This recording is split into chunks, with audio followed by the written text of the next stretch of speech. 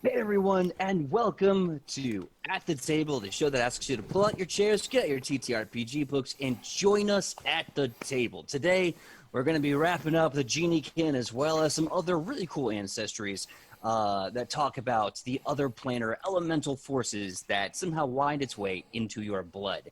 We're going to be also talking about the ancestry of the elemental plane of law and the elemental plane of chaos, which is perfect since this Sunday we will be having the Jasper's Game Day Hell Knight special, which is all about law and chaos. Some more details on that in just a second. But first, we have to say our hellos. Mr. Michael Powell, tell them who you are and where they can find you on that sweet, sweet internet. Well, as always, I'm Michael Kapow, and you can find me all over the internet on my social media, which is at Mr. Kapow. That's MrKapao.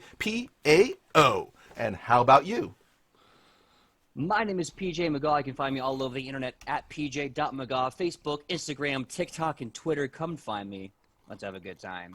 But more details later, as we are now stepping up into Ancestries, the conclusion of the Geniekin, as well as the other planar entities that we can all find, of course, in the Ancestries Guide, the Lost Omens that came out earlier this year. But starting off first, we're going to actually save the last Geniekin, the Suli, for last. Instead, we're going to jump to Law, being, of course, that the Hell Knights, for some arguable discourse, are about law. Their law, Dun and everyone dun. else's. Let's talk about... Yeah, dun dun. The whole time we were getting ready, we're like, okay, so we're talking about the ancestry of law and order, right? And we had to keep catching ourselves, mostly catching me, and going, no, it's law and chaos. Damn you, Dick Wolf. Damn you, you are in our brains. Anyway, so the Aphorites. This is a versatile heritage, and again, if you haven't been on the show or seen the show or read the books, versatile heritage basically means this ancestry can combine with a primary ancestry. So you could be a dwarf Aphorite. You could be, as the imagery here shows on the Archives of Nethys webpage, you could be a kobold Aphorite, and they're adorable. They're kind of all like golden and wise looking. So the Aphorite versatile heritage can be combined, and you basically get to take ancestry perks and feats from both the primary and the versatile. Here's the description. Once perfectly identical beings who bridge the gap between perfect order and mortals' unrestricted existence, Aphorites are now lit more by the spark of free will than the beacon of cosmic law. Aphorites were first forged by Axamites, the primary inhabitants of the elemental city of Axis. The eternal city of Axis, the plane of pure law. The original Aphorites served as liaisons between their lawful progenitors and frustratingly unpredictable mortal allies, marrying the logical thought process of conformity to law and the gift of self-determination. Early Aphorites spread across the material plane to serve as Axis's proxies, and enact its will. Over time, their appearances and personalities grew to resemble their mortal comrades, as they are increasingly born among mortals. Aphorites still exhibit Axis's touch in their metallic skin, coated in crystalline dust, aptitude for logic, strength and artisanship, and propensity for order and cooperation. But despite these links to their purpose-built origins, contemporary Aphorites are undoubtedly their own masters. So if you want to play this character intrinsically tied to the underlying order of the universe, walking the thin line between calculated predestination and, of course, free will, you should play an Aphorite. And I also want to remind people that this is an uncommon versatile heritage, so get your GM's approval first. Yes, this is definitely uncommon. Mostly, I think, just because while the lore is very cool here, Axis being the entity of all order, right? It just may not fit in with the world, or it may be hard for the narrative to support that material plane jump, So let us see here. Versatile heritage of the Aphorites. You are born with a connection to access the plane of law. You gain the Aphorite trait, in addition to the traits from your ancestry. You also gain low light vision or dark light vision if you have it from your primary ancestry. You can choose from Aphorite feats and feats of your aunt, blah, blah, blah, blah, blah. Dark vision, we've seen it. It's great. It's not new. So I'm really curious about this because I like the description of like the golden skin, the metallic golden skin with like the dusty kind of sheen to it. There's a lot of fun elements you can do with builds of that. Like you could have a dwarf who literally looks like they're made of gold, has like gems and dusty sheen, and just really cool physique from that. It's a shame though, because I'd really love to combine Aasimar and Aphorite just on concept alone. And I bet that they're like perfectly symmetrical too. Oh yeah, just absolutely flawless looking beings. So we're gonna get things started with the Aphorite feats. There isn't too many. First off the list is the axiomatic lore. Effectively speaking, this feat at level 1 allows you to gain rank in diplomacy and society. Trained in 2 skills off the bat, not bad. If you already are trained in one of those because of background or class, you get to choose one of your choice. And you also get trained in access lore. So access lore. You are trained in the world information of law. It's nice. It's like 3 feats or three skills for free. Not too bad. Not too bad. All right, our next one up is internal cohesion. Accesses orders, suffuses your body, and helps maintain its coherency. You and your allies can treat your wounds without healer's tools. Once per day, when someone rolls a failure or critical failure on a check to treat your wounds, you can focus on your internal cohesion to increase the degree of success by 1 step. Honestly, I'm just thinking of this as your body is like a car, so people could kind of, fix you like a car, like a mechanic. See, that's a really interesting thing. Like, building a tank, as you know, building a tank requires 3 different, well, maybe 4 different steps, right? It's a little complicated. You have to deal enough damage to be able to keep up with the DPS. Because if you are falling behind, there's going to be some issues with the overall damage mitigation, right? HP, and then by proxy, HP mitigation. If you are squishy, you are not the tank. You are the DPS, as tragic as that is. So you need to have a good HP and by proxy AC. You also have to be able to have good HP mitigation, like damage resistance, and making sure that when you're healed, you're getting more out of that healing. Now, it's not obviously a necessity. It's a really nice perk, and if you can get that, go for it, because the cleric, the druid, and the alchemist will thank you. Yeah. Of course, the last being crowd control and combat control, but that's a choice. I just thought of something else. Maybe they're like fixing you, and it's like a game of Operation. Get the funny I love bone. that. You touched my side. Oh, you touched the wrong side.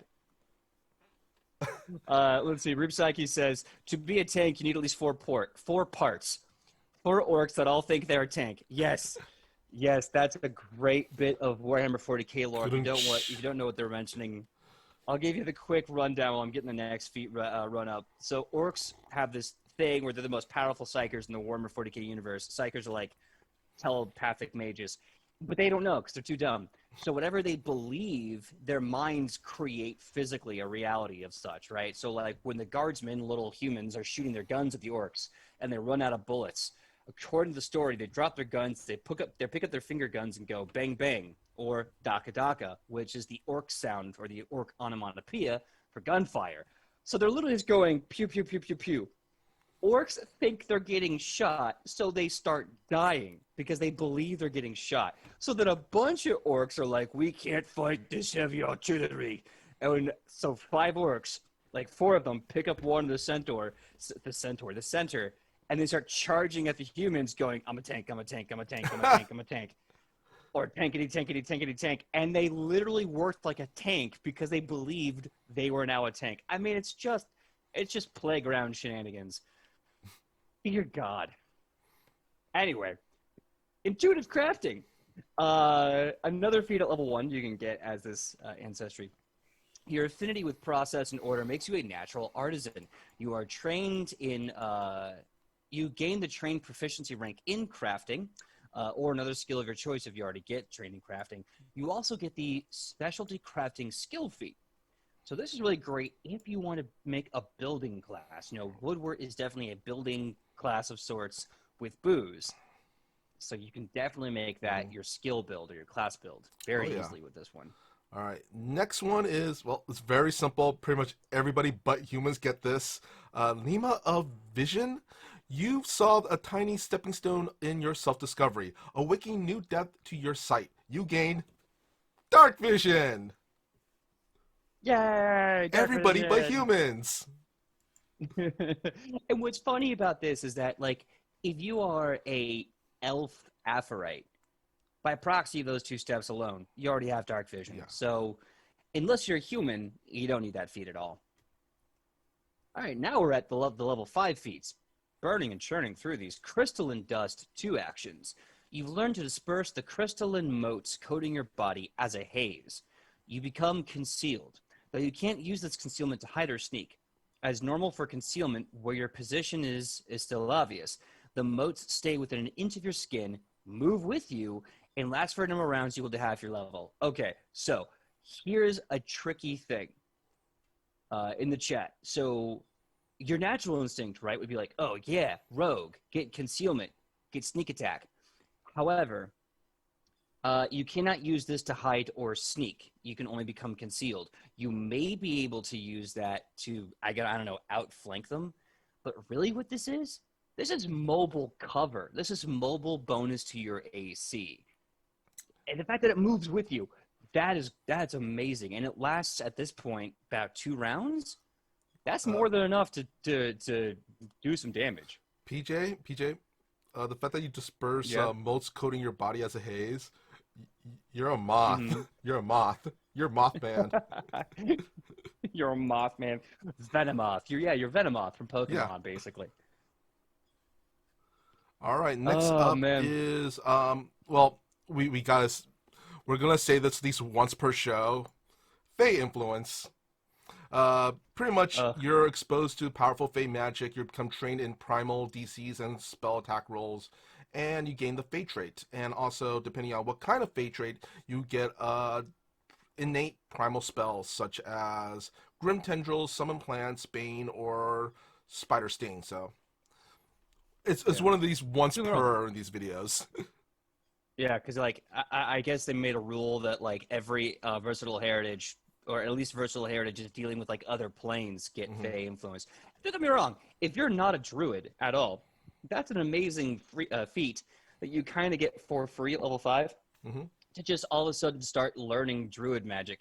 Yeah. Granted, at a very limited scale, still not bad. Real quick, jump in the chat. Reef Psyche, best piece of lore ever. I'm talking about that Warhammer stuff. And humans and orcs. Weirdly enough, lizard folk don't get low light or dark vision either. Yeah, that is kind of weird. That is so wonky. Do they get like sniff vision? Do they have scent powers? Because I know there's imprecise scent. Also, Avenging Penguin, thank you so much for the sub. Your reactions to these builds make this show great. Thank you so much. We love that you are having a good time. And if you want to put up your reactions as well, get in the chats and comments and legend it up with us. Let's be goofballs. Also, Mr. Mehara, good to see you. Yeah, hey, what's up, man? All right. Do you want to take intercorporate? Sure, intercorporate. It is 1 action cost. It's a level 5 feat. Frequency, once per day. So we'll see how good that is. You are afflicted by a disease or poison, or are taking persistent damage. All right, not bad. Your ordered physiology rejects unwelcome elements. Choose one.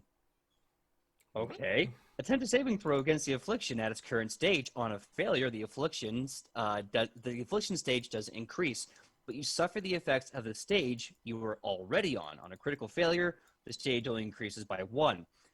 Persistent damage. Attempt a DC 10 flat check to recover from the persistent damage. So this is really kind of cool.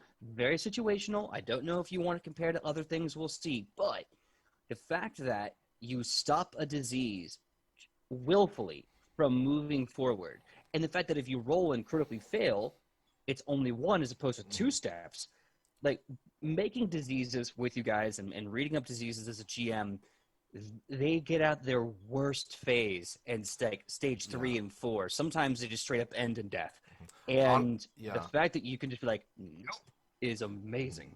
And also, honestly, when you're getting to the later levels, disease, poison, and persistent damage does get a lot more common, I want to say. It really depends on your GM. Like, if you start heading towards more the Daemon route, the undead route, yeah, you will pop up those a lot. You know, come and think of it, yeah, even some devils actually have poisons and diseases. So it's probably not a bad get. Honestly, I was looking through the bestiaries. When you get into the late mid levels to the higher tiers, they usually have some kind of poison, disease, or some kind of persistent damage that they could deal.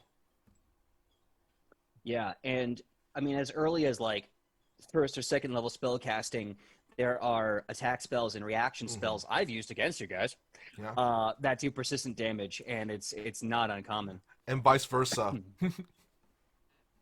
Exactly. Oh God. If you weren't there for was it episode 39, where you all killed the creature with persistent damage? Yeah, I think so. I think it was.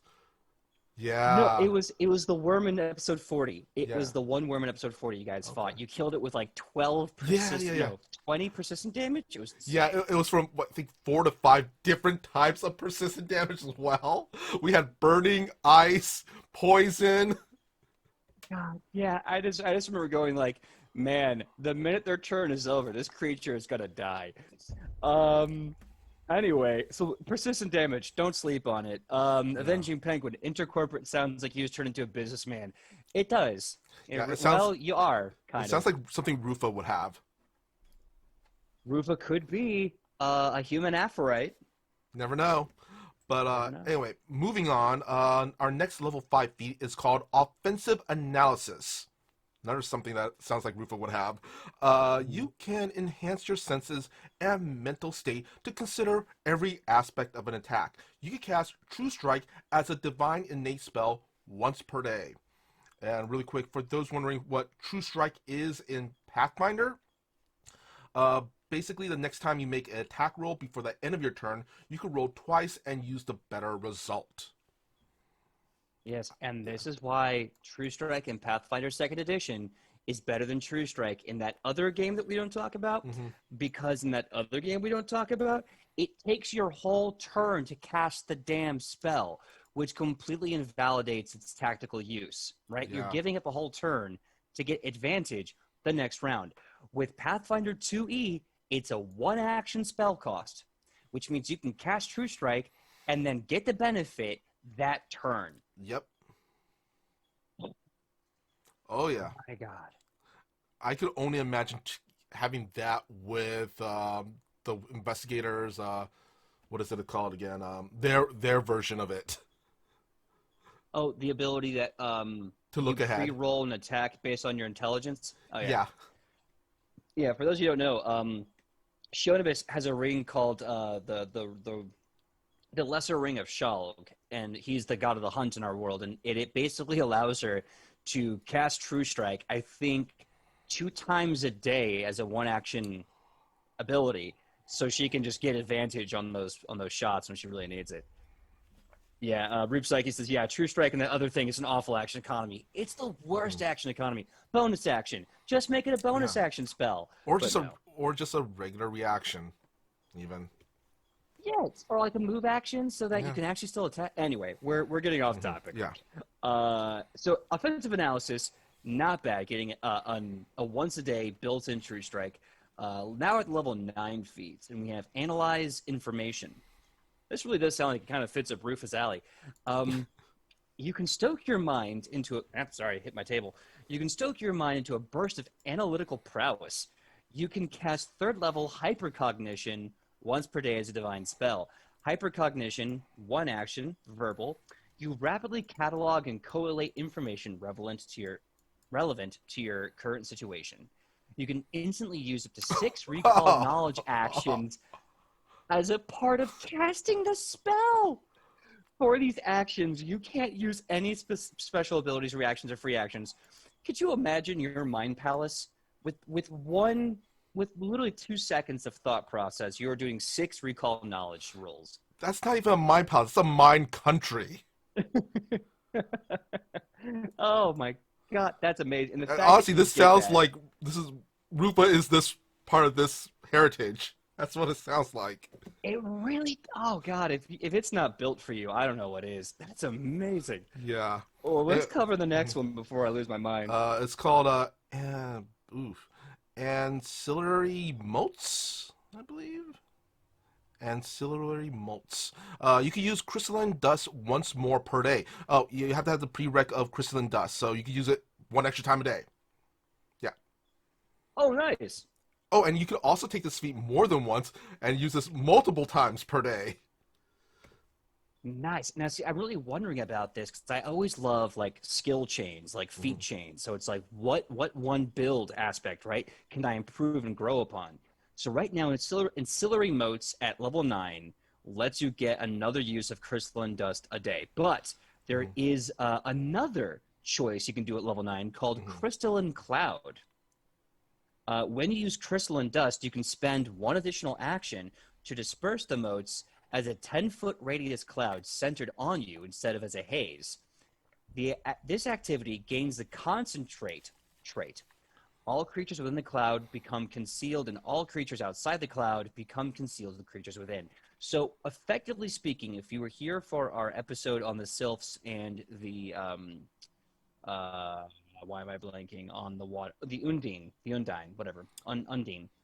Then you know that this is very much the same ability. You get this natural fog, if you will, that surrounds you and your friends and creates not only a cloak of protection, but a cloak of kind of interruption. You can't see your enemy. They can't see you. Equal footing. Yeah, you're essentially, like I said, once again, you're essentially Venomoth. Yeah. Yeah. Now, personally, I think I take the ancillary motes because that mobile cover is going to be really good to protect you. Whereas Crystalline Cloud sounds like it's got really good crowd mechanics for your team. But if you have a ranger or if you have a wizard or whatever and line of sight is necessary, this may do more harm than good. All right, next one is, oh man, seriously, if Rufa isn't this versatile heritage, I'm wondering if we have a secret, like, oh yeah, the secret heritage of Rufa. I mean, I'm down for slight retcons because not all this material was available when we made characters like 2 years ago, so it's fine. This is preemptive reconfiguration. Frequency once per day, and the trigger is you take bludgeoning, piercing, or slashing damage. Your body anticipates the blow. The impact area briefly reorganizes into strengthened tissue. Lettuce that blunts the attack. You gain resistance equal to your level to the triggering damage type, which applies against triggering damage. If you have a crystalline dust feat, you can use preemptive reconfiguration without expending a usage of the reaction for the purpose of the feat's frequency limit. Instead, the usage counts towards your number of crystalline dust uses per day, as if you had used that feat instead. Huh. I'm wondering. If you have the crystalline dust feat, you can use preemptive reconfiguration without expending a use of the reaction for the purpose of the feat's frequency limit. Oh my god. Yeah. Oh my god. Yeah. That means you can use this for as many motes of crystalline dust as you have. Oh my god. Okay. I'm like, oh my god, this is, oh god. Paizo. Either you're watching our show or you have some kind of mind palace weird thing going on. I love that they created a secondary economy of defense solely for this ancestry. The fact that you can now basically skill into crystalline dust, stack different amounts of that per day, and then use that for either crystalline dust or basically a resistance to normal damage. Yeah. It's kind of a fun concept build. Yeah. Reap Psyche posted, plus the character is only level 3. Not too much to change numerically. Yeah, Very actually. true. Very, very true. You know, I mean, like maybe you'd replace one level 1 ancestry feat. Maybe. That's about it. Maybe. We'll see. We'll see. If it works story-wise, I'm all for story. If it doesn't work story-wise, we're not going to use it. But if it works story-wise, maybe. Yeah. We'll see. I mean, I'm already making plans. All right, so feat level 13 for the Aphorites. Impose order. This is also a reaction. It can be done once a day. You would critically fail a skill check or suffer an effect with the misfortune trait that would trigger the reaction. You shift the underlying fabric of reality to impose a baseline of order. I love this flavor. It's so metal. If the trigger was a skill check, you instead receive a result of 10 plus proficiency bonus. Don't apply any other bonuses, penalties, or modifiers. If the trigger was an effect with the misfortune trait, the misfortune and fortune effects cancel each other out as normal, negating the triggering misfortune. This is really kind of cool. This is a very fun catch-all for either a skill check to give you a reliable skill check, basically. Treats it as rolling a 10. Or, sorry, I'm having to adjust my chair. Or if you have like a spell, like an oracle ability that would give you misfortune, you basically get to say, not today, misfortune. Yeah, it's one of those, what you like to call usually, PJ, F you pay me. The F you pay me skill. Yes. It's like, no, this bad thing happens. No, because I have this skill, it doesn't happen. Reap Psyche. Oh yeah, talking about the crystalline cloud stuff. This is actual pocket sand. Yes. And PJ, at some point, we are inventing pocket sand, because that's something I want to use in Edge of Legend.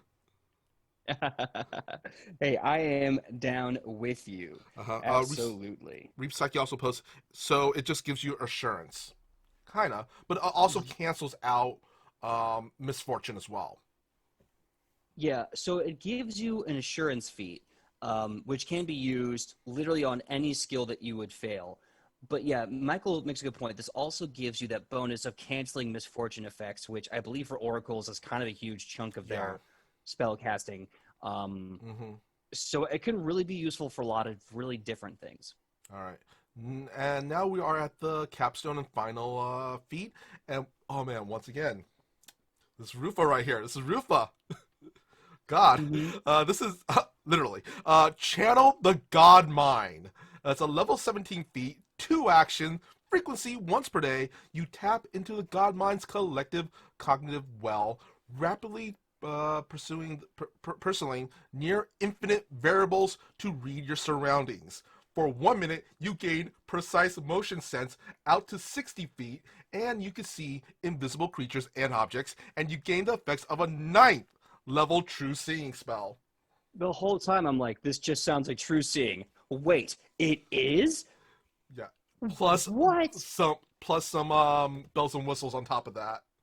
Yeah, so for 2 actions, you activate the Daredevil sense and you already had the 6 recall knowledges. You effectively are a combination between Daredevil and the Flash at this point. And Sherlock Holmes. Bonkers as Sherlock Holmes. This is insane. The fact that for 2 actions, you get the ability of, for 1 minute, which is 10 rounds of combat, precise motion sense out to 60 feet. Hearing, smelling, seeing, I imagine it's all of them. Precise, not imprecise.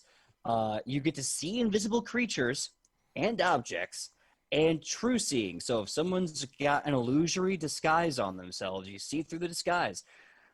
This is freaking bonkers. Yeah. Oh man, like honestly, investigators with this versatile heritage, this is one of those. It's perfect. It's a perfect marriage. Yeah, this is insane. Like the fact. I wish we had this 2 years ago when we were making Rufa, because how could we not use this for making Rufa? Let's see. Avenging Penguin in chat said, I could see Rufa with golden metal skin. I can see that. Or when he goes Super Saiyan. Reap Psyche posted, the God Mind. Oh, come on. Yeah, that's a 17th level feat. Yeah, it is. Oh my god, yeah. It would have to be. I cannot imagine any other level where those benefits would be excusable. Could you Hmm. imagine like a level 5 person with like, oh yeah, I have access to a ninth level true seeing spell as well as seeing invisible items and objects in precise vision. I'm sorry, precise all senses up to 60 feet. Yeah. No, Mhm. no, no, no, no. No. Anyway, Uh, let's move yeah. on to the next versatile heritage. This is the Ganzi. Once again, uncommon, versatile heritage. So get your GM's approval first. Children of Chaos. Ganzi are born of the rolling effervescence of the untamable maelstrom, the primal sea of all creation. Their blood cackles with the promise of change and the raw power of creation unshackled. While some Ganzis are born of mortals who mingle with the incoherent beings of the maelstrom, and some are descended from those who sailed that void, many others are born in places where the material plane flays towards chaos. Whatever their roots, all Ganzis share the same potent essence. Let's see, more than any planetary uh, scions, Ganzis are prone to appearing in otherwise stolid and unremarkable bloodlines. While this is sometimes cause for scandal in less open-minded communities, most Ganzi children grow up as happy and loved as any other child. That's nice. Uh, Yeah. Ganzi children often exhibit irrepressible energy of good-natured mischief. A few even grow out of these tendencies eventually. If you want a character that channels the spontaneous and unpredictable, that defies the categorizations while finding commonality with other nonconformists, you should play the Ganzi. So you're essentially, what do you call it, a gremlin. You're essentially a gremlin. Your Yeah, you're a kids are, little yeah, gremlin. yeah, you're a gremlin, yeah. Anyway, let's see. Here, the stats for the Ganzis are, what's it called? Yeah, it's just called Ganzi. Your blood is touched by primal chaos. You gain the Ganzi trait in addition to the traits from your ancestry. You gain resistance to a single damage type equal to half your level at the beginning of each day. Determine randomly whether this resistance applies to acid, electricity, or sonic damage. You also gain a +1 circumstance bonus to saving throws against effects that would cause you to gain the controlled condition. You can choose Ganzi feats and feats from your ancestry whenever you gain an ancestry feat. So that's pretty cool. You could, I'm guessing you somehow randomly decide between the acid, electricity, and sonic, and then if you're mind controlled or something, you get a +1 saving throw towards that. Yeah, I really like this because a lot of these ancestries, a lot of the versatile ancestries, have a very clear purpose in mind. One that is designed for like doing lots of fire damage. One that's designed for giving you lots of mobility. Hmm. I like that this is really kind of a catch-all. It's designed just for like good old defenses against whatever you're going to be running into. I also kind of appreciate at the very end here they say that um, these are good-natured mischief and there's a good number of people that grow out of these tendencies. Hmm. So if you have that chaos gremlin at your table who just likes to destroy any focus the game may be having, and they go, oh, it's my ancestry, then you can be like, no, BS. You can make it your personality, but if you're not being helpful, you're just Yeah, you're just using us. yeah. Don't. And I kind of want to say this is like kind of, it feels like it's custom built for goblins, the goblins' ancestry, honestly. I will say the picture on the website, on the Archives of Nethys webpage has a really good picture of a goblin who is Ganzi. And what I like about it is like this side is green, but this side is blue. But it's not like a normal skin variant. It looks like blue paint literally splashed all over them, Hmm. and that's how their skin looks. It's kind of a cool choice Yeah, artistically. yeah. All right. Moving on to the feats. We will start with a creative prodigy, which is level 1. You have a powerful creative drive used for prevocation and performance. You gain the trained proficiency rank in deception and performance. If you are already trained in either of these skills, you become trained in a skill of your choice in its place, and you also become trained in art lore. Yeah, Hmm. you went to art school.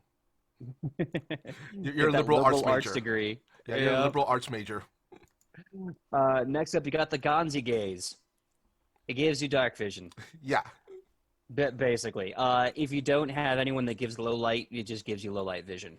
Hmm. Pretty standard. All right. Next one is irrepressible, feat level 1, and your cautionary. Oh, you're not. Not cautionary. Your tertiary nature means you bounce back with prejudice. When you roll a success on a save throw against an emotion or fear effect, you gain a critical success instead. That's not bad, especially Yeah, if you have an opponent like demoralizing you all the time.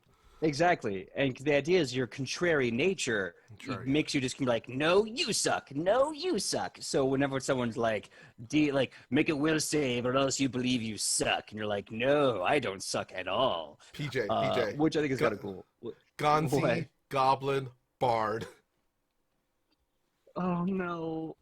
Because like the goblin bards are called battle singers, and the thing is that like they are terrible musicians. That's the whole shtick. And through their horrible music, they basically do like priest spells and, or I'm sorry, cleric spells and bard spells. So I'm just envisioning yeah, someone who a reject from Stomp. I can see that. I could definitely see that. Got two trash can lids. Conk, conk, conk. Um, oh my God, yeah, they would do that. Next up is Smashing Tail. You have a tail that serves as a potent weapon. You gain a tail unarmed attack that deals 1d6 bludgeoning damage, has the sweep trait, and is in the brawling weapon group. That's not bad. Yeah. Oh, really quick, it should be in chat. Vinci Penguin, I plan to go to art school one day. Good one, Michael. Dude, you make some really awesome art. We've seen your art that you post up for Edge of Legend, and they look amazing. I think you'll do very well in Absolutely. art school. I love your fan art. I love the lighting when you did the Kamehameha. I believe if that's the same one. The backlighting of that was very Akira Toriyama. It was very Mm-hmm. awesome. Really quick, Reap Psyche. Wait, is there an equivalent to Wild Magic Sorcerer in Pathfinder 2nd Edition? Yeah, there is. There is. It's one of the Sorcerer's bloodlines, I believe. Yeah, I believe because instead of doing like the other game does, where they have an obvious build in mind, like the mechanic for the wild sorcery, it's more of like a general bloodline that has different effects. You could, I think, take the aberrant bloodline Hmm. or chaos bloodline. It kind of works the same way. Yeah. Anyway, next feat is Vestigial Ring. PJ. Vestigial wings. Yeah, what PJ said. You possess small weak wings that aid in balance. You gain the steady balance and cap fall skill feats as bonus feats, even if you aren't trained in acrobatics. Yeah, that could be fairly useful. Yeah, which I was gonna say could be useful depending on what your class is and what your build's going for. I'm Yeah. envisioning the Mughals' little wings on the side on their heads. Oh my God, it's perfect, and that's perfect for them. The Mughals are basically chaos. Yeah. Oh my God, oh little whimsical, chaotic bastards. All right, next up. Now we're in level 5 feats already. Amorphous aspect. Your body is supremely flexible. You get a +1 bonus on checks to escape or squeeze. And when you critically fail while squeezing, you only get a failure instead. Squeezing is nice. I don't know how often you're going to be squeezing, but it's still kind of cool. But escaping, I can see, especially if you're facing off something that grapples you a lot, can be fairly useful. That's true, especially in boss fights. But you really have to like prepare for that. You know what I Yeah. mean? Like in advance, like I'm gonna get this ability and I'm gonna use it to break out. Hmm. May not be too frequently, but when it comes up, it'll be Yeah. necessary. Yeah. Real quick, Avenging Penguin's asking, what if you're a race that doesn't have a tail? Do you get one? Yeah, you Yes. do. Mm-hmm. Yeah. Absolutely. When you, because I think the whole point of this is that you just chaotically break out in different traits. So if you do not have a tail, you're gonna get one now. Yeah, I believe, one of the arts that's in uh, the Nessus website. Yeah, you see a character with a lizard tail. Mm-hmm. I think she's got both tails and both a tail and wings. Yeah. Yeah. if I'm looking at it correctly. Yes, and oh my God, it's Jeremy. Yeah. Anyway, Yeah. yeah. Anyway, next up is, well, we're going to skip the next one because it's Fey influence. We already covered that in this video. Moving on, skillful tail. Yeah, you know that tail you got? Well, you have a tail or similar body part that's always willing to lend a hand, so to speak. You can perform simple interact actions with your tail, such as opening an unlocked door. Your tail can perform actions that requires fingers or significant manual dexterity, including any action that would require a check to accomplish, and you can't use it to hold items. Oh, and by the way, this is a level 5 feat, and is part of a skill tree. Yeah, see, I have a lot of mixed feelings about this because, like, I know we've covered other ancestries that have this exact same thing. It's basically a physical at-will mage hand, unless mage hand is, sorry, it's really hot in my apartment, so my brain is turning off. It's, I think mage hand's already a cantrip, so it's basically a physical manifestation of that cantrip. And normally I'm like, I don't know, because it's a physical thing to take a feat for. Yeah. However, the fact that there is the two other feats that chain off of this kind of gives me hope that this could become something very interesting. Yeah. But we're now into the level 9 feats for this ancestry, and you get one called Anarchic Arcana. So anarchy, magic. The magic in your blood is unpredictable. When you make daily preparations, roll 1d12 twice and consult the following list: acid arrow, blur, hideous laughter, humanoid form, illusory object, mirror image, resist image, see invisibility, shatter, soundburst, spider climbing, telekinetic maneuver. You can cast each of those 2 spells once a day as second level divine spells. This is kind of cool. Let's say you're playing a fighter, a monk, a champion, a barbarian, a rogue. Your pick, right? And you have no desire to spec into a magic class, but you start realizing around level 9, it might be kind of cool to have some spells just for blasting potential, whatever. Yeah. You get two spells a day that come at the cost of these 2d12s. And they're not bad. Soundburst, remember that? Boom, a giant AoE. Shatter can break constructs. See invisibility, that is always useful. Resist energy, need I say more? Like, this is really not bad for melee classes to just get free magic. That's always going to be helpful. Honestly, that's where I am with Rufa right now. I kind of want some more options, and we talked about this, PJ. I want them to release the Mesmerist ancestry or class. Yeah, I have no idea what they plan on doing with the Mesmerist class from Pathfinder 1. I know their psychic classes were under a lot of scrutiny by the end of PF1. Mesmerist, Kineticist, dear God, the Kineticist.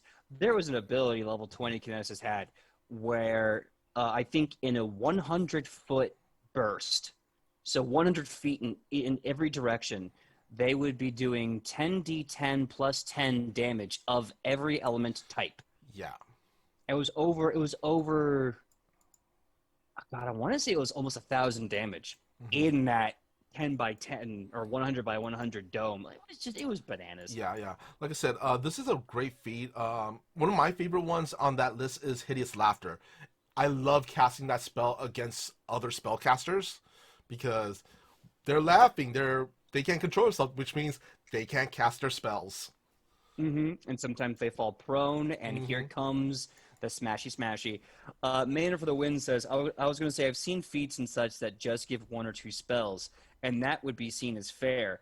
This is great by comparison. Yeah. I agree. This is great by comparison because the great thing about Ancestor feats, they are basically free feats if you think about it. They are given to you at a time where you don't have class-specific feats, and they give you perks and benefits that are more utilitarian, more universal. So universally speaking, getting 2 pretty good second-level spells a day for free, not bad.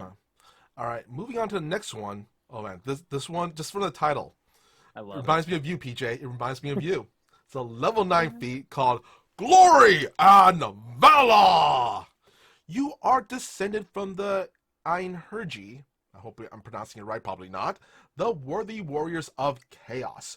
You call upon their ascendant blood with a mighty cry that fills you with a revitalizing energy for 1 minute, or until you critically fail a strike, whichever comes first. For the duration, the first time each round you successfully strike a creature of your level or higher, you gain hit points equal to half your level. Nice. Oh, this is good because this isn't temporary HP. This is free healing. Yeah, yeah. And also, pair this with the investigator's ability where they can pre-roll. Yeah, you're never gonna not hit because if you're gonna miss, all right, I'm gonna take a different action instead. Yeah, the fact that it's 1 minute. It is 10 rounds of healing yourself equal to half your level. Okay, so there's the one small balancing factor there, which I think this ability actually needs. Mm-hmm. Is at level 9, you're going to be healing yourself about 4 or 5 HP, depending Mm-hmm. on your house rules, for rounding up or rounding down. But the fact that you're doing that per hit, um, hold on. Yeah, it says you for 1 minute or until you critically fail a strike, whichever comes first. For the duration, the first time each round. Okay, still that's like Yeah. a 4 or 5 regen that you don't have to use another crazy feat to get a regen 4 or 5 or a fast heal 4 or 5. It's really Yeah, good. yeah. Like I said, if you're an investigator with, I believe it's called the, what is it? Devise a stratagem ability. This, yeah, you know you're gonna hit whether you're with your first hit whether or not. I mean, think about the fighters who start off with an expert in Yeah. weapons, rangers who get perks, gunfighters or gunslingers who get perks. When your bonus to hit is so high, your threshold of failure becomes so low. So this is really good for like those specific melee Mm-hmm. classes that get such a high perk to Yeah. to hitting. All right. Next up is Larcinous Tail. Level 9 feat. Prereq is Skillful Tail. So, yeah, that's part of the skill tree that we talked about for the tails. Your tail's chaotic and independent nature causes it to perform mischief, even if you don't intend it. And it can somehow steal things it shouldn't be able to handle. You can use your tail to steal an object, though your tail still can hold on to it at the end of your action. If you have a hand free, you could transfer the stolen object to your hand. Otherwise, your tail surreptitiously drops it on the Surreptitiously, sorry. surreptitiously, sorry, drops it on the ground in your space, where you could grab it later. Observers other than your target who haven't witnessed you stealing something with your tail are usually distracted, meaning the GM will usually decrease their perception DCs as normal for stealing something. Okay. So So yeah, your tail is basically a halfling rogue. it's a kinder, just like It's a mindlessly stealing familiar. from people. It's a familiar. Your tail's a familiar. Oh, oh my God. See, I kind of liked it. I think it's a little weird how they constantly try to tell you, like, this tail can do stuff, but it's useless. This tail can do stuff. Like, stop it. Like, one or the other, man. Like, I think it's great that this tail can steal things at level 9, but quit telling me it can't even hold on to it. Anyway, that's just my feeling. It's just the language to me. I feel like if it's trying to steal something like some coins off the table, it'll sweep it into your coin purse or something like that without you Well, noticing. it says if it doesn't go into your hand, it gets dropped to the floor. Or So it's like, hmm, do I want that? Why don't I just make a rogue if I'm going to steal stuff? true. But we'll see. Level 13 now. The first one for 13 is called Alter Resistance. It's a reaction. Once per hour, you take acid, electricity, or sonic damage. You focus on your protean forebears to change your energy resistance. The energy resistance you gain from your Ganzi heritage changes to match the triggering damage. This change occurs after the damage is dealt. So, if I'm reading this correctly, what this means is like, how every day you can choose your like once a day resistance of a certain elemental type. Mm-hmm. And then if a different one gets used, you can basically cash that in after the damage is done to resist that damage already. So it's a really good catch-all feat to like, haha, not today. Not you, but you Yeah. can still only use that original resistance once, I believe. Mm-hmm. All right. Next one is Arise, Ye Worthy. Level 13 feat. You are descended from the Valkyries who protect worthy souls and can hold back Death's grip. You can cast Breath of Life as a divine innate spell once per day. Okay, I kind of find this interesting lore-wise. I always thought Valkyries were creatures of order.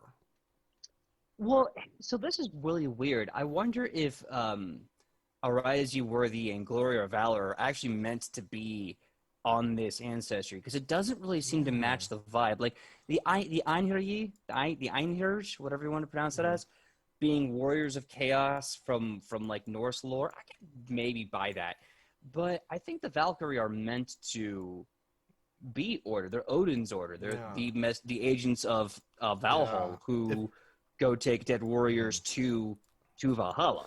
Yeah, it feels like it should have been on the other variant, versatile heritage that we already talked about. Maybe. It definitely seems out of place. However, still useful as the Breath of Life spell is a 5th level spell that can restore 4d8 plus spellcasting ability modifier hit points to a target that is dying. So if they're like at dying 1, 2, 3, whatever phase of dying they're at, this is a pretty good way to get them back on their feet. But you can't. But it says if they're disintegrated, you can't help them out. Mm-hmm. Yeah, honestly, if I'm going to homebrew something, those 2 feats are just going to go to the order versatile heritage instead. It makes more sense. I might do that. Yeah, I don't know. I feel like these are definitely useful ancestry feats. I'm not saying they're not, but they don't really seem to fit the vibe and the makeup of the Ganzi. I feel like maybe a different ancestry. Thematically, they seem out of place. Yeah. Well, here's the last one we have for this ancestry. Mischievous Tail at level 13. Prerequisites, of course, the skillful tail from the Ganzi line. Your tail can bedevil your foes. You can disarm and trip creatures with your tail, even if you don't have a free hand. All restrictions of skillful tail otherwise continue to apply. If you have smashing tail, your tail unarmed attack gains the disarm and trip traits. So this is nice. I like this because this kind of buffs a previous feat, which kind of makes that weapon trait and that weapon choice much more valid, much more creative.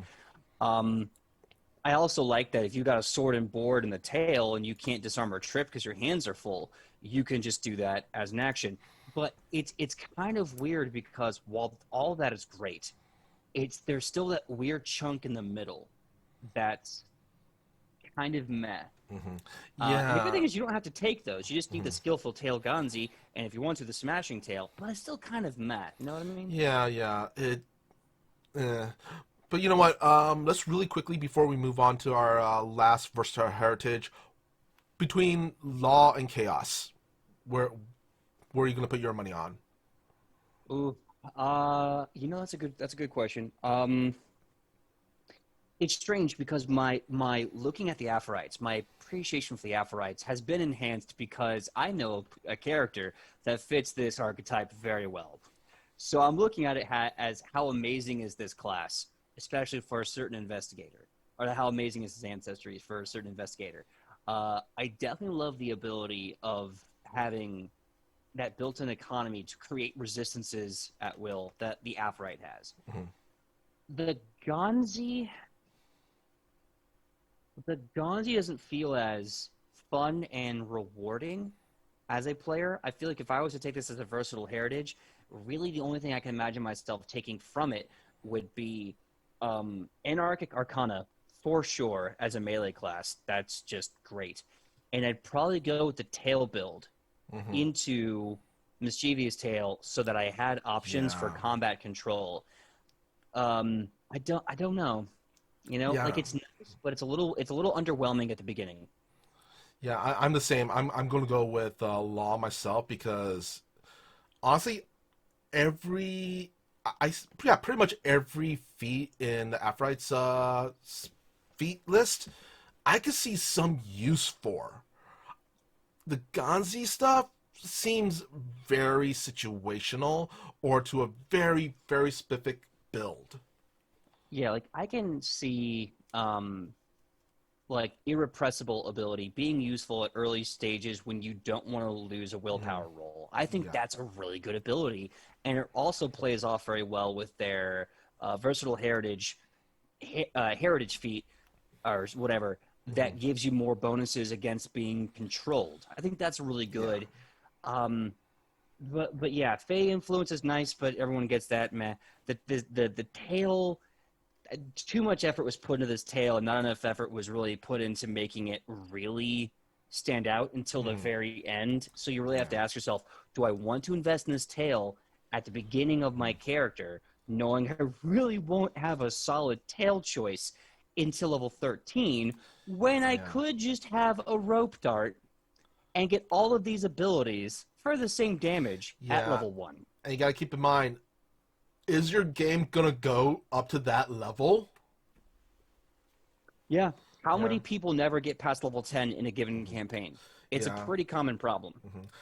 In chat, we have Reef Psyche posted, to be honest, more descriptions of the Valhellian afterlife feels pretty chaotic. Fighting, feasting, and helming forever feels like chaos to me. Fair enough. Maynard for the win. It's chaos to us, but it's orderly and permanent in the state that it's in. And then Reap Psyche replies, if you frame chaos and law as something from from X point of view, then there's nothing that by mechanic that is chaos because it all follows rules or plans to stay or be considered chaotic, removing its chaotic nature.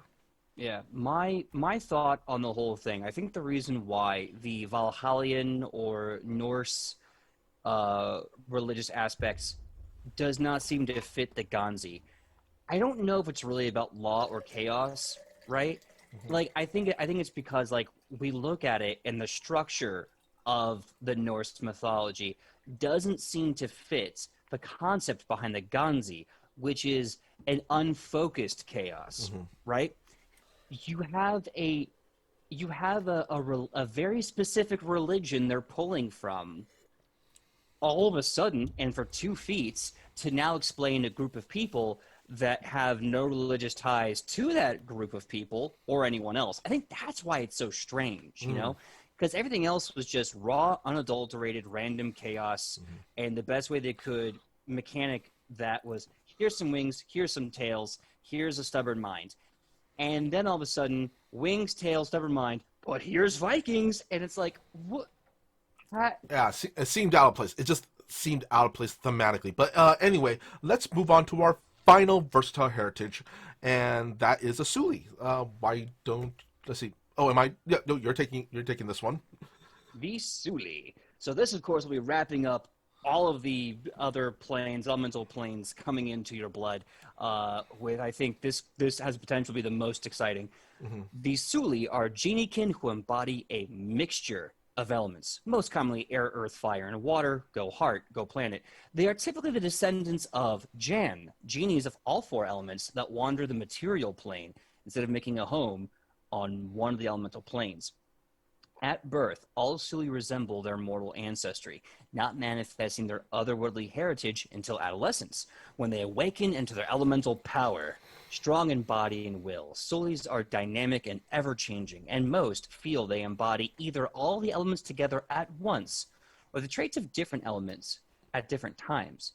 Some see themselves as having multiple aspects or faces to their personalities, one for each element, that cycle through over the course of days, then weeks and months. So you could be like, sorry, I stabbed you, I'm kind of a Leo. Like... No, don't. I'm not. That's not a thing.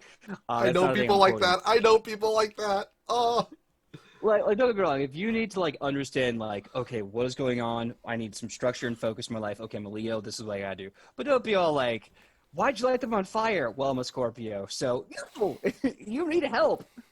Yeah. And also, I've talked about this versatile heritage with PJ before. You're also kind of the Avatar. You're the Avatar, dude. Especially if you are Suli, you are straight up, no debate, the Avatar. Because it looks like, at least it's sounding like, you're not just 1 or 2 elements. You're kind of all of them, and it changes. Yeah. So and Grebo is saying all of the elemental planes. Yes, all of them. Sorry, Michael. No problem. I just really quick want to say, and also this is a uncommon heritage as well. So once again, clear that with your GM first. Absolutely. One quick note before I talk about the basic heritage ability you get. The artwork on Archives of Nethys for the Suli is baller. There's a gentleman who looks like a dwarf who is channeling both fire and electricity, and it is the coolest, most intimidating thing I think I've seen in a long time. Yeah, he's a firebender who is using the electricity ability. Yeah, he's an Ifrit sylph, Yeah. a sylphrit. Versatile heritage for choosing the Suli. You are descended from the Johnny, or otherwise embody a dichotomy of opposing elemental planar forces. You gain the Suli trait. In addition to the traits from your ancestry, you also gain low light vision or dark vision if your other primary ancestry has low light. You can choose from Suli feats, blah blah blah, and pretty much the same there. So either get low light or dark vision depending on your primary source. All right, let's move on to the feats. All right, you want to start off with the Dualborn? Sure. Dualborn, level 1 feat. Your Suli heritage can be traced back to 2 Geniekin ancestors of opposing elements, or an elemental ancestor that embodies 2 combined elements. Choose 2 of the following elements: air, earth, fire, and water. I'm kind of disappointed there's no heart. Once made, this choice can't be changed. You gain resistance equal to half your level, minimum 1, to all damaging effects with the trace of either your chosen elements. And the special is if you take the Elemental Assault or Elemental Bulwark ancestry feats, you can use them only with your chosen elements. You could add your resistance from this feat to resistance you gain from the Elemental Bulwark against effects with your elemental traits, for a total of 5 plus half your level, or 10 plus half your level with the improved Elemental Bulwark. If you take the Tetra Elemental. Tetra Elemental feat, Tetra Assault feat, you can choose each of your 2 elements twice each instead of choosing each from the 4 elements once each. So off the bat, Dualborn, you choose your 2 elements. So you could be fire and air for electricity if you want to be. And it gives you 2 resistances at level 1. That levels up with you. That's insane. And then we're already being promised some really cool enhancing ancestry feats to come. I'm excited. This is going to get stupid. Let's go. Oh, before we go any further, I'm predicting, because I haven't read through all of them. Yeah, this is going to be one of those resistance builds, I feel. Well, it's funny because it also talks about Tetra Elemental Assault and Elemental Assault. I think this is going to be an elemental build. You get to choose if it's going to be damage or defense. Okay. Let's see, because right off the bat, the second one down, we have Elemental Assault. So if you are a human Suli, I think you can get an extra feat. Let's see. Elemental Assault, 1 action, once per day. You shroud your arms and held weapons in elemental magic. Choose 1 element. Until the end of your next turn, your strikes deal an additional 1d6 damage of the indicated type and have the trait corresponding to that element: electricity for air, bludgeoning for earth, fire for fire, and cold for water. So, what this means, at level 1, you're already adding another 1d6 of elemental damage to your weapons. That's at level 1. Yeah. Ooh, imagine giving this to a Magus. Yeah. Well, I mean, that's the crazy thing about a Magus. Their cantrips are going to do that for them. They get a free load to put into the weapon. That would be cool. Would it stack? It might. Yeah, I was going to say, would it stack? Oof. I think it would. So that'd be 3d6 at level 1? What? Maybe. Let's see, at level 1, I'm gonna be generous and say a D8, because they can also use 2-handed weapons. There's a whole different ability that lets them get perks for that, if you remember. So they could be D8 or a D12 if they're using a bastard sword with 2 hands. They could put in Acid Splash or Produce Flame into the weapon as a free thing.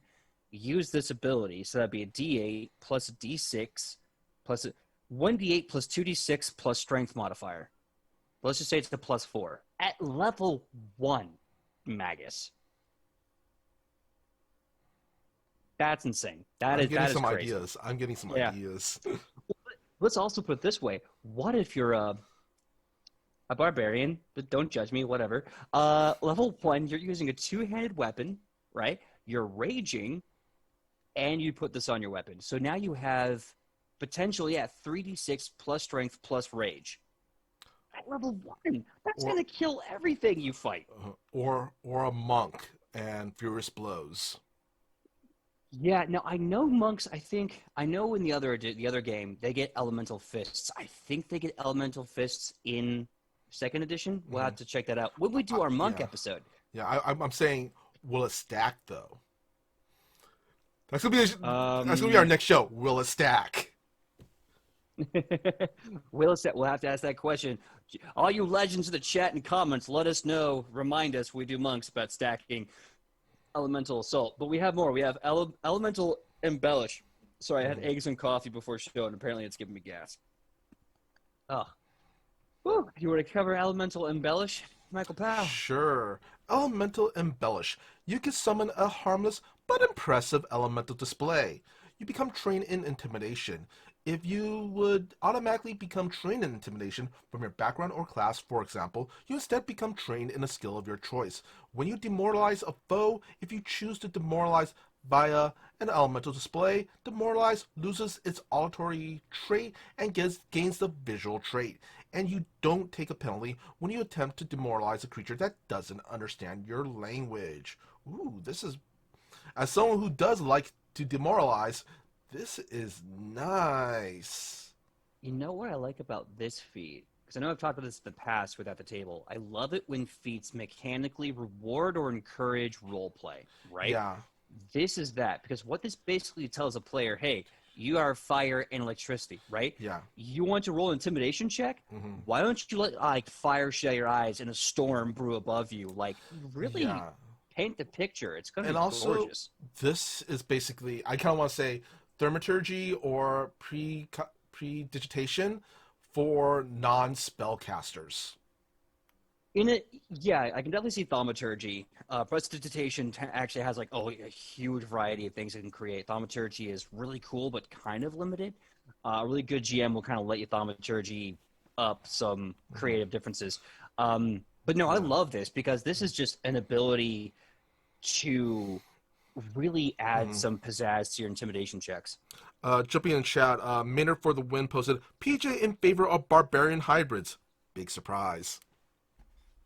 Listen.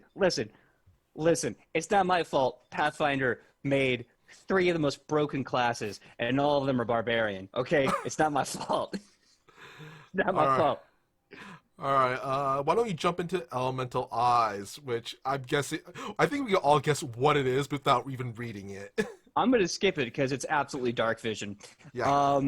Basically, if you already have low light vision, for some reason you haven't gotten dark vision yet, elemental eyes gives you dark vision. Elemental lore, I think we've also covered this with the other genies. Basically, you get 2 skills. In this case, it's survival, and same as our previous episodes. Yeah. Survival and either Arcana or Nature. If you already got one from background or class, choose another one of your choice, and you get the plane lore for your plane of origin. Fire, water, wind, planet. Why don't you also take genie weapon familiarity as well? So might as well go for a 3-fer. Might as well, it's all the ones that every genie gets. Yeah. So see in dark, know where you're from, and use the weapons of your people. I believe if I recall, without even looking at it, it's falchions, ranseurs, scimitars, and tridents. And then, of course, we know this means down the road, there's going to be genie weapon expertise and genie weapon flourish, which is going to be at 5 and 13 respectively. Yeah, and also I want to add wish blade and wish knives. Right, the wish blade and the wish knife, which is actually in of itself a really good specific weapon. It's like a quasi magical weapon. I don't think it has the wish spell put in it. I think it's the equivalent of like a luck blade. Yeah, but still really good. It seems, from what I can remember reading from it, it's like you channel your genie ancestry into the blade to add elemental damage or something like that. Yes, Yes, I think you're right. Or worst case scenario, you get like a force damage bonus. Either way, Yeah, it's yeah. still really good. Anyway, okay, you know what? I'm gonna take Scholar's Inheritance. Level 1 feat. Your parents devoted themselves to the alchemical experiments involving elemental energy. You gain trained proficiency rank in crafting. If you would automatically become trained in crafting from your background or class, for example, you instead become trained in a skill of your choice. You also gain the alchemical crafting skill fee. So yeah, this is Interesting. if you want to play alchemist without playing an alchemist, boom. Yeah. It's weird though because like playing an alchemist versus getting that feat are almost two separate things. They're very similar, but like the level difference of what you can build is drastically Hmm. different. But it's nice. Like I think at like level 5, you'd be able to build like level 1 or level 3 items that an alchemist would be able to build. Hmm. So it really could come in handy to be like, here's a free alchemist firebomb. Boom. Yeah, yeah. Not Really bad. quick, Ripseki posted, Tridents are criminally unappreciated in TTRPGs. Well, you know what? If they're underappreciated, then use them. I agree. They're really cool. I think their reach, they have like Hmm. grapple and trip and And disarm. you could They're throw. pretty good. And you could Oh throw yeah, them. you could throw them. Hmm. Uh, Next up for the Suli feats at feat level 1, we have the Suli Jan. Your elemental ancestor was a Johnny or Janny, genies that walk the mortal world and embody all four elements together. You inherited Johnny's nature as a wanderer and ability to survive in many types of environments, from the hottest desert to the coldest tundra. You gain the trained proficiency rank in survival. If you don't automatically get that from your background or class, for example, you instead become trained in a skill of your choice, and you get the foraging skill as a bonus feat. So it's not bad. You get a skill feat for free Hmm, and a skill proficiency of your choice. cool. Not bad. Yeah, that's bad.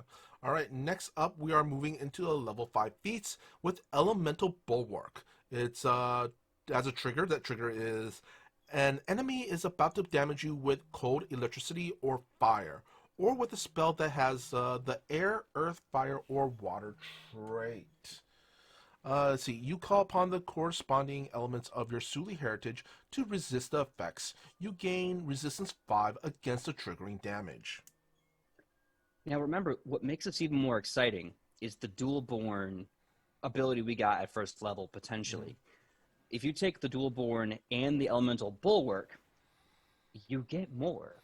Yeah. Just straight up, you get more. You get 5 plus half your level for the bulwark, and then 10 plus half your level for the improved that'll come later.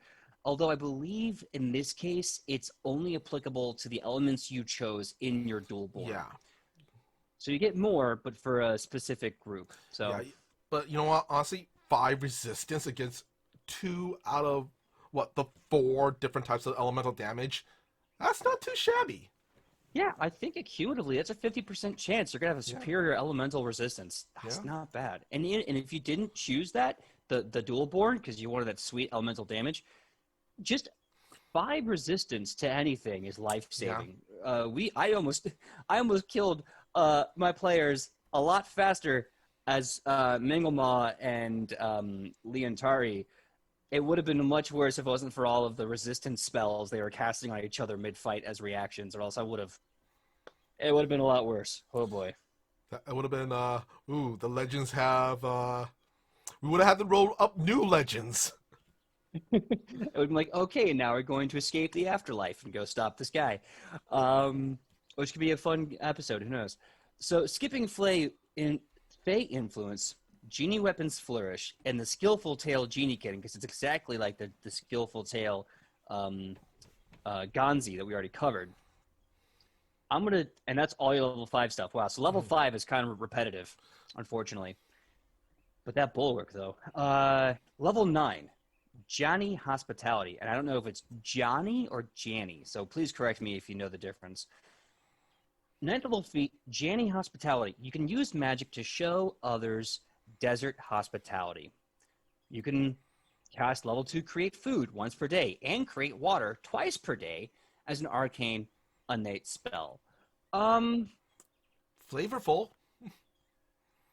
it's flavor for food definitely is. I'll say this. I mean, it, creating it water can be useful, like to put out fires. Yes, creating water can definitely be useful. Creating food can also be useful, especially if you're really trying to play it rough on the survival aspect. Hmm. But I kind of feel like the issue with getting these spells as per feats is that there's a lot of magic. I think every magic class in the game learns these two spells, and if you don't have any one of them in your party, maybe consider it. But I Hmm. don't feel like it's necessary I mean, for a non-magic caster to pick this up. yeah, I mean, situation like create food, one of those situational spells, but can be useful when if you're trying to, lure an animal or a monster or something. Maybe. I think the food is mostly like definitely human food, like an actual meal. But hey, you never know. You could still use those to lure Yeah. animals. I just feel like it's definitely good. Free magic is always good. And Hmm. if you're creative enough, there's always a use for it. I Yep. just feel like this next one, Janny Magic, is definitely going to be Mhm. more useful than Janny Hospitality. Speaking of which, level 9 feat, Janny Magic. The magic of the Jan runs through your blood. You can cast Enlarge and speak with animals once per day, each as a second level arcane innate spell. See, That is a lot more useful. a lot more useful because especially like you said, if you're gonna like try to trap an animal, speak with it. You Yeah. know, and enlarging is always good, especially if you want to do more damage. Hmm. Why don't you take Oh, Tetra Elemental Assault, PJ? I am really curious about this because again, the dual born at the beginning of this ancestry has a tack on to this. So I'm excited. It says here, Tetra Elemental Assault. Prerequisites: Elemental Assault. Your Elemental Assault cycles through all four elements. Okay, Avatar at level 9. When you use Elemental Assault, instead of choosing a single element, you choose an element from the list when using the action, and then choose a different element at the beginning of each of your 3 turns without spending an action. Once you have chosen an element, you can't choose it again during this Elemental Assault. Okay, meaning you must select all 4 elements over the course of the 4 turns. Each time you choose an element until the beginning of your next turn, your strikes deal an additional 1d6 to the indicated type of the trait corresponding. So, I, see, and this is weird. It's thematically very cool. You know, you're literally going through all 4 elements, um, to kind of show that your wholeness of being, your soul, your Yeah. blood is attuned to all 4. But but the problem is tactically, it's not good. If Yeah. you're fighting something that's like resistant or immune to fire and you purposely chose cold to combat that, the fact that one of these rounds, this D6 is going to be completely useless against that figure, Or, it or, is not good. yeah. Or, worse, it actually heals them. In some cases, yeah. Like, Yeah, I think yeah. it's cool that you get that flavor change every round because who Yeah. knows, maybe they have a I mean, weakness and you're going to exploit that. thematically, this is how I view Tetra Elemental Assault. Your character goes through a martial artist's kata. I, thematically, yeah, I think that's all up to choice. I'm just thinking Hmm. mechanically. Going back to Dualborn, its tack on to Tetra Elemental Assault may actually kind of save Hmm. Tetra Elemental Assault Yeah. in that instead of choosing all 4 elements, you get to Hmm. choose your 2 elements twice. Yeah. Jumping in the chat, I don't Reap like that. Psyche posted, I fully expect the party will have to break Rufa out of hell at some point. Look, you don't put that evil on me, and also, you're not wrong. Oh my god, I kind of want to see that episode. Oh man. Reap Just Psyche like as a also, one shot or something? yeah, break Rufa Yeah. out of hell. If we're breaking Rufa out of hell, would I be playing Rufa still, or would I be playing a different character helping the group break myself out of hell? Oh, that's a very good question. If they were breaking you out of hell as a one shot, for sure it would be like another character. If it was like part of the major campaign, I think what I would do is I would like split back and forth between you and the team's efforts to get you out of hell. Oh, Because I don't see Rufus sitting around in hell politely. I don't know. Maybe that's just me. what if it's Rufa's soul? And so Rufa's wandering around the material plane without a soul that I have to play as. Kind of remember Just that Simpsons bothering all the episode? devils. Yeah, the Simpsons episode where Bart sells his soul to Millhouse. I'm kind of envisioning that. Yeah. I can see it, and I'd love to see that. Really fast, Rube Psyche says, aren't there features or resistance things that are adaptive and generate resistances to last elementals they were hit with? I feel like it's super niche. I think I remember that being a thing. He also says, Rufa would be filing a counter litigation. Yeah, it's honestly, it's just to buy time for the group to like pull him out of hell. Yeah, you're just doing this like, it almost sounds like a torture. You're going to be doing a Rufa's torturing. filibuster. Yeah, You're doing Rufa's a filibuster torturing until the they can bail you devils out. in hell with hypocrisy. It's like now. Wait a minute. Now, in this form here, you clearly didn't put the actual time of date, and since we have no real time of date, this entire thing has to be null and void because there's no actual proof that this is a Yeah. valid death. Come on, And guys. at the end of that, that entire one shot or campaign, they're like, "Okay, we're here to save you, Rufa." They're like, take him, take him. We don't want him anymore.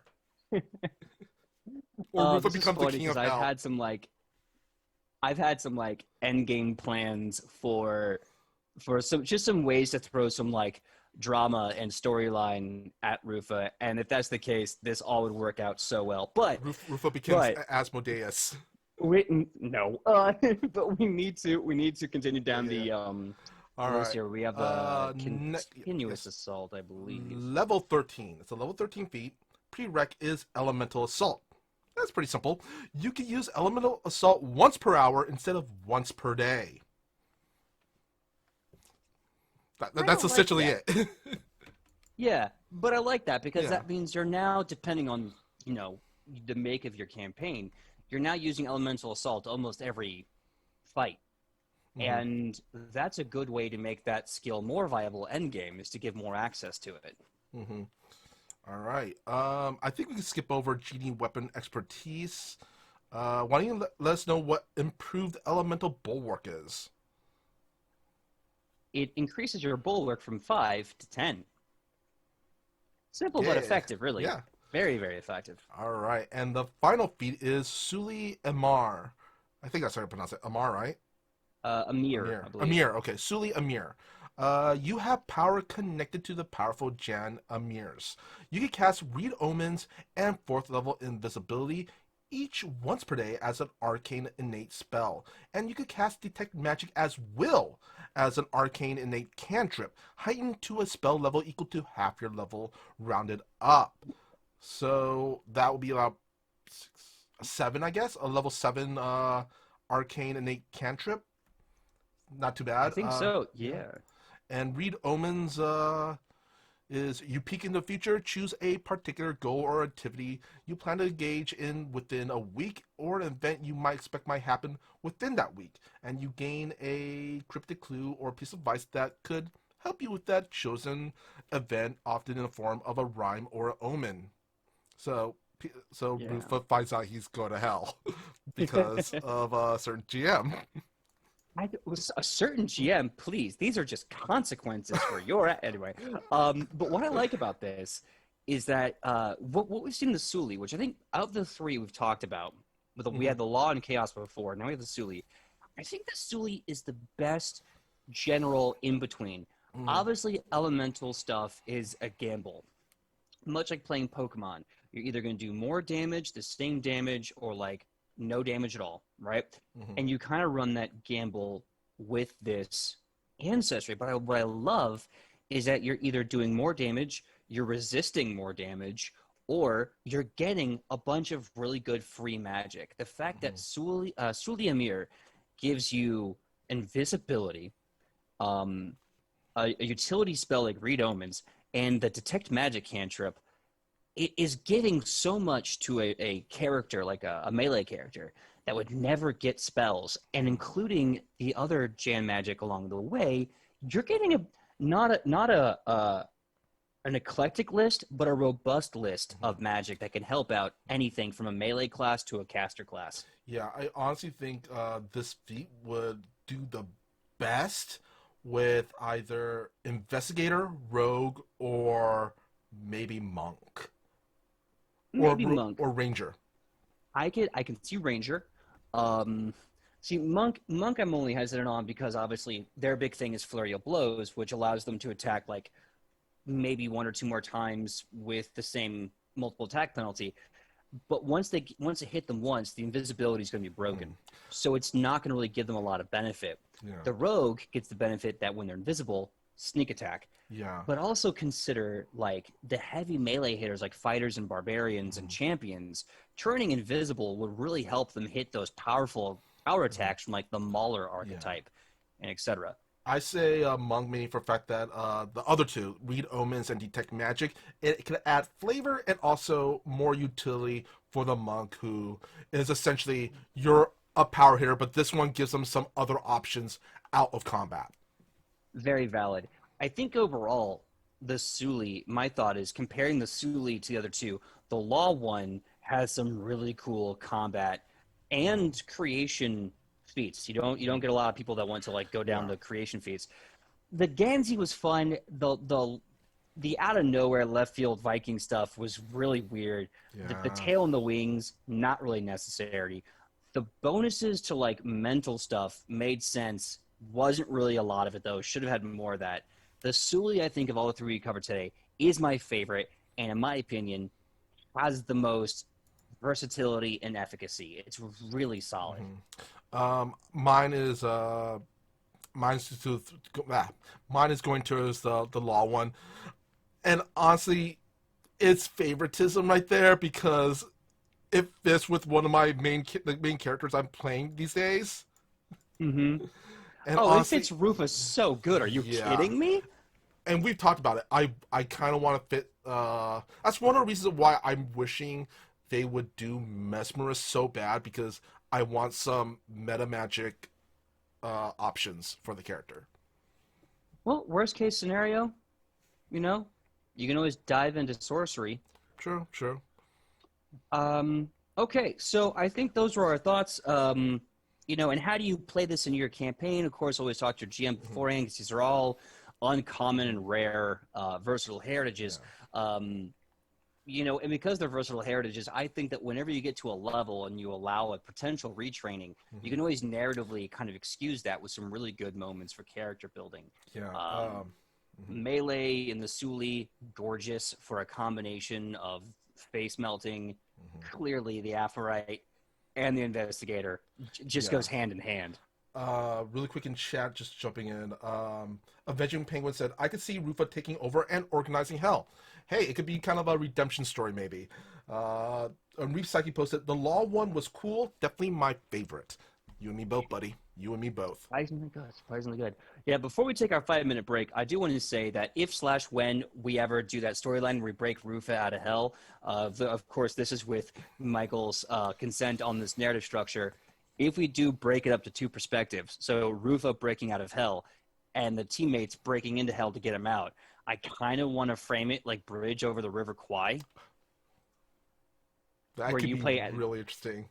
Where Rufus kind of the Alec Guinness character who's like, I'm such a professional that even when you put me in hell, I must improve it because that is what I do. I make things better.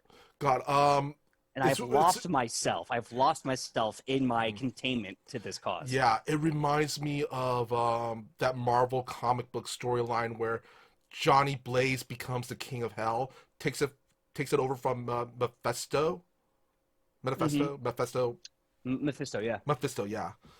Yeah. Oh, that could be it. Hey, we're gonna start a Patreon, and if we get enough Patreons, this might be an upcoming storyline. I mean, not gonna lie, I've been planning a lot of things if and when we get our Patreon up and running.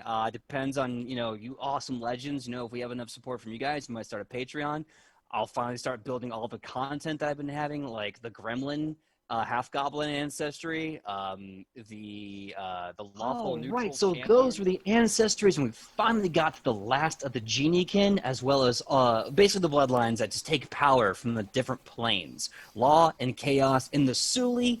What? I don't know. My money's on Suli, but those Aphrodites are insane. Mm-hmm. Oh my god.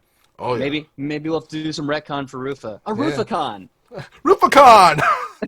That's my birthday. That would be my birthday. That would be my birthday then. Rufacon. Oh my god!